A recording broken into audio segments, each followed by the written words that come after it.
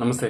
మొత్తానికి వల్లభనేని వంశీ గారికి బెయిల్ అయితే వచ్చింది. బెయిల్ నుంచి విడుదలైన మరుసటి రోజే వల్లభనేని వంశీ గారు వైఎస్ జగన్మోహన్ రెడ్డి గారిని కలిసి ఆయనకు కృతజ్ఞతలు తెలియజేశారని తెలుస్తుంది. ఎందుకంటే ఈ కేసులో ఆయన బయటికి రావడానికి చాలా వరకు లీగల్గా చాలా వరకు పార్టీ అండగా నిలబడిందనేది వైఎస్ఆర్సీపీ తరపు నుంచి, అలాగే వల్లభనేని కుటుంబ సభ్యులు కూడా చాలాసార్లు చెప్పారు.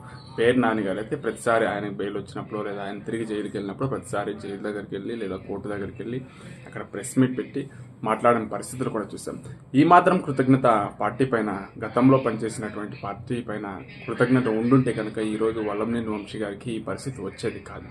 ఎందుకంటే టీడీపీ పార్టీలో ఆయన ప్రస్థానం మొదలై టీడీపీ పార్టీలో అంచెలంచెలుగా ఆర్థికంగాను అన్ని రకాలుగా ఆయన ఎదిగారు. ఎదిగిన తర్వాత అదే పార్టీ ఆఫీస్పై దాడి చేయడం, అదే పార్టీని ఎవరైనా విమర్శించవచ్చు రాజకీయాల్లో, కానీ వ్యక్తిగత విమర్శలు కూడా చేయడం ఆయనకు ఇది ఒక ప్రతి కార్యాచర్యగానే తీసుకున్నారు టీడీపీ నారా లోకేష్ గారు.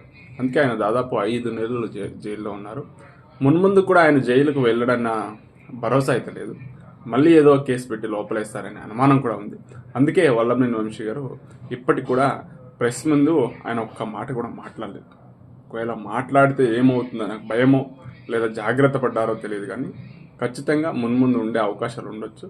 కాకపోతే ఇంకా చచ్చిన పాను ఇంకా చంపడం మంచిది కాదు. కూటమి ప్రభుత్వం కూడా ఆలోచించాలి. Thank you.